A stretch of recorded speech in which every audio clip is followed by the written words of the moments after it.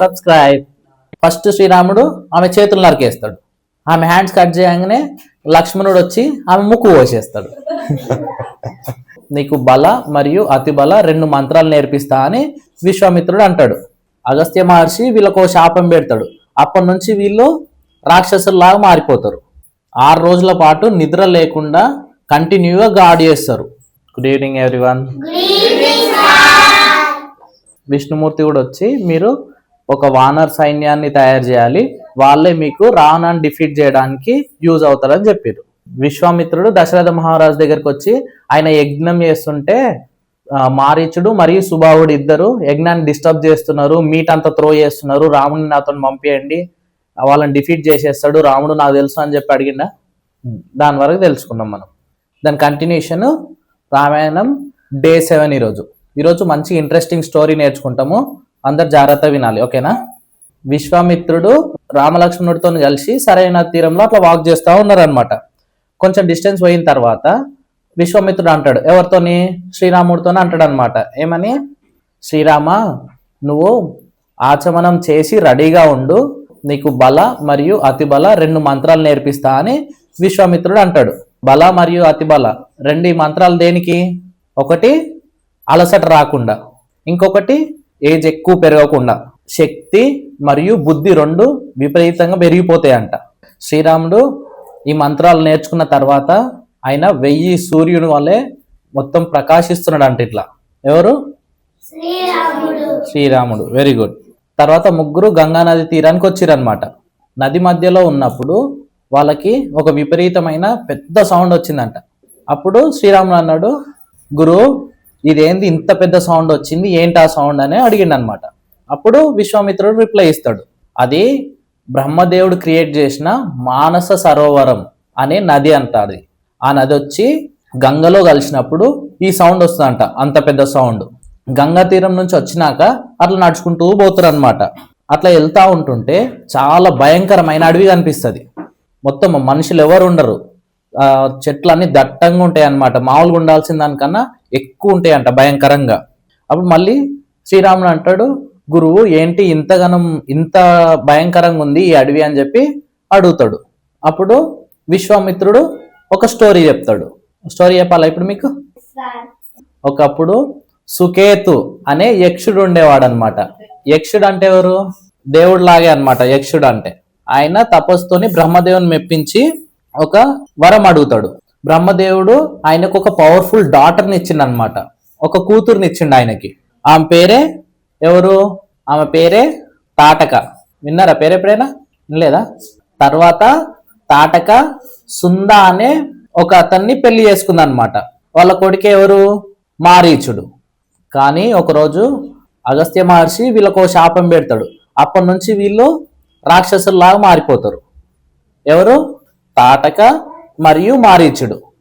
వీళ్ళిద్దరూ రాక్షసుల్లాగా మారిపోయారు అనమాట. అప్పటి నుంచి ఈ ప్రదేశం మొత్తంలో అక్కడ జనాలు ఎవ్వరున్నా వాళ్ళని భయపెడుతుందంట. ఎవరు? ఈ తాటక. జనాలందరినీ భయపెట్టి ఇందాక అడవి అంత ఉండేనా, అంత దట్టమైన అడవి ఉండేనా, అంత నాశనం చేసి ఈమె డెజర్ట్ లాగా మార్చేసిందంట దాన్ని. తాటక ఎట్లా మారిపోయింది? రాక్షస్ లాగా మారిపోయింది. తాటక రాక్షస్ లాగా మారిపోయింది కాబట్టి శ్రీరాముడు అంటాడు, నేను ఈమెను ఎట్లా చంపగలను, ఆమె ఒక స్త్రీ కదా అని చెప్పి శ్రీరాముడు అంటాడు అనమాట. అయితే అప్పుడు విశ్వామిత్రుడు రిప్లై ఇస్తాడు, ఏమని? ఆమె స్త్రీ అయినప్పటికీ ధర్మాన్ని ఫాలో అవ్వట్లేదు, ప్రజల్ని భయపెట్టిస్తుంది, హింసిస్తుంది, వాళ్ళని చంపేస్తుంది కాబట్టి ఆమె ధర్మాన్ని పాటించట్లేదు. కాబట్టి మనకి ధర్మాన్ని కాపాడడం ముఖ్యం అని చెప్పి ఎవరు అంటారు? విశ్వామిత్రుడు అంటాడు అనమాట. అప్పుడు అక్కడ లేదు కదా, తాటక అక్కడ లేదు కదా.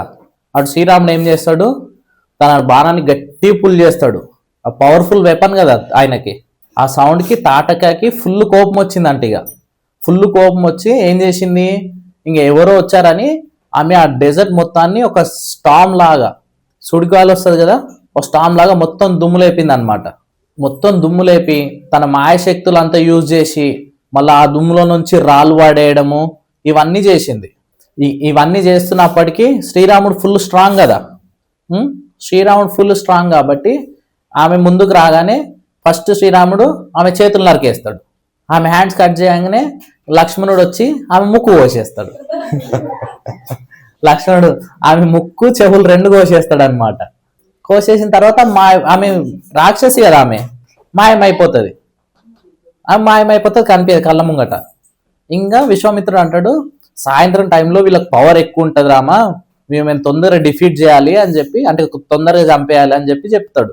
అప్పుడు శ్రీరాముడు ఓ పవర్ఫుల్ ఇలా పెడతారు కదా, బాణం మొక్కి ఇట్లా వేసేస్తారుగా, అప్పుడు రామ ఒక స్పెషల్ యారో యూజ్ చేసి ఇట్ చేస్తాడు అనమాట. అది తాటకాకి హార్ట్లో గుచ్చుకుంటుంది. ఇంకా అక్కడికక్కడ చనిపోతుంది తాటక. చనిపోయింది. ఎందుకు చంపేసినావు తాటకాన్ని? ఇది శ్రీరాముడి యొక్క ఫస్ట్ విక్టరీ. దశరథ మహారాజు ఎందుకు భయపడ్డాడు? ఆయన ఇంతవరకు ఒక యుద్ధం కూడా చేయలేదు, కావాలంటే నేను వస్తా, నా సైన్యాన్ని తీసుకొస్తా అని చెప్పింది కదా. కానీ విశ్వామిత్రుడు శ్రీరాములో నమ్మి ఈయన డిఫీట్ చేయగలడని చెప్పి ఆయన తీసుకొని వచ్చిండు. ఇంకా విశ్వామిత్రుడు ఏదైతే పని కోసం తీసుకెళ్తున్నాడో శ్రీరాముడిని, అది అవ్వక ముందుకే ఇదంతా దారిలోనే ఫస్ట్ విక్టరీ సాధించిండు అనమాట. ఎవరిని? తాటకాన్ని చంపి. ఫస్ట్ విక్టరీ తర్వాత ఋషులందరూ శ్రీరాముని ప్రైజ్ చేసిరు. గంధర్వులు ఫుల్ సాంగ్స్ పాడిరు. అయోధ్య మొత్తంలో దేవతలు వచ్చి పుష్పవర్షం కురిపించారు. శ్రీరాముడు విక్టరీ అయిపోగానే దేవతలందరూ వచ్చి విశ్వామిత్రుడిని ఒక ట్రిక్ వేసి చేస్తారు. ఏమనంటే శ్రీరాముడికి దివ్యాస్త్రాలు నేర్పించండి అని చెప్పి రిక్వెస్ట్ చేస్తారనమాట దేవతలందరూ. దివ్యాస్త్రాలు అంటే ఏంటి? దివ్యాస్త్రాలు అంటే బ్రహ్మాస్త్రం, అగ్నేయాస్త్రం, వర్ణాస్త్రం. ఇవన్నీ చాలా పవర్ఫుల్ వెపన్స్ అన్నమాట. వాటితో చాలా చేయొచ్చు. దేవతల ఆదేశానుసారం విశ్వామిత్రుడు శ్రీరాముడికి దివ్యాస్త్రాలు నేర్పించింది అనమాట. ఇంట్రెస్టింగ్ ఏంటంటే ఈడ ఆ దివ్యాస్త్రాలు నేర్పించిన తర్వాత ఈయన కళ్ళ ముంగట్టుకు వచ్చిరంట ముగ్గురికి వచ్చి మేము మీకు ఎట్లా సహాయపడగలం అని చెప్పి అడిగిరంట. అప్పుడు శ్రీరాముడు ఏమన్నాడు? ఇప్పుడు ఏమొద్దు, నేను పిలిచినప్పుడు వస్తే చాలు అని చెప్పి చెప్తాడు వాళ్ళకి. ఇంకా వాళ్ళు రిటర్న్ వెళ్ళిపోతారు. అది అవ్వగానే విశ్వామిత్రుడు యజ్ఞం స్టార్ట్ చేస్తాడు అనమాట. రామ్ లక్ష్మణులు ఇద్దరు ఆ యజ్ఞానికి భంగం కల్పించకుండా కాపాడడానికి వాళ్ళిద్దరు ఉన్నారనమాట. 6 రోజుల పాటు నిద్ర లేకుండా కంటిన్యూగా గాడ్ చేస్తారు, ఎవరు భంగం కలిగించకుండా. 6 days మంచి సక్సెస్ఫుల్గా అయిపోతుంది. 6th day రోజు నైట్ మారీచుడు మరియు సుబాహుడు ఇద్దరు డిస్టర్బ్ చేస్తారనమాట. అంతకుముందుకు మనకు విశ్వామిత్రుడు చెప్పినట్టు బ్లడ్, మీటు అన్ని డర్టీ థింగ్స్ అన్ని త్రో చేస్తున్నాడు అని చెప్పింది కదా. ఇంకా అవి మళ్ళీ త్రో చేస్తురంట. ఏది? 6th day నైట్ రోజు. అప్పుడు శ్రీరాముడు ఏమని అన్నాడంటే, మారీచని చంపను కానీ అతన్ని దూరం పంపిస్తా అని అన్నాడు. ఎందుకన్నాడు? ఆయన బై బర్త్ రాక్షసుడు కాదు, అగస్త్య మహర్షి శాపం వల్ల రాక్షసులాగా మారిండు కదా. అందుకని ఆ శాప విముక్తి అయిపోయేందుకు ఆయన ఒక స్పెషల్ బాణం విడిచి ఆయనని ఒక సముద్రంలో 100 యోజనాల దూరంలో పడే అంత దూరంలో ఆయనని పంపించేస్తాడు అనమాట. ఆయన అంత దూరం పోయి సముద్రంలో పడతాడు మారీచుడు. ఇంకా మిగిలిన వారెవరు? సుబాహుడు. తర్వాత సుబాహుని చంపేసేస్తాడు శ్రీరాముడు. ఇంకా యజ్ఞం సక్సెస్ అయిపోతుంది. మనం ఏమేమి నేర్చుకున్నాం ఈరోజు?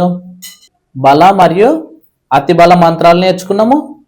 తాటకిని సంహరించిండు అంటే చంపేసిండు. ఇంకోటి శ్రీరాముడికి దివ్యాస్త్రాలు నేర్పించండి అని చెప్పి రిక్వెస్ట్ చేసిరు. సో దివ్యాస్త్రాలు నేర్పించిండు. నెక్స్ట్ మారీచుడి సుబాహుడి అటాక్. వాళ్ళు భంగం కల్పించడానికి ట్రై చేస్తే సుబాహుడిని చంపేసిండు, మారీచుడిని దూరంగా పంపించేసిండు. ఈ వీడియోలో ఇన్ని నేర్చుకున్నాం. నెక్స్ట్ వీడియోలో మళ్ళీ ఇంకా ఇంట్రెస్టింగ్ స్టోరీస్ నేర్చుకుంటాము. ఓకేనా? జై Sriram. Follow Navi Connected You for more videos. Like, share, subscribe. Subscribe.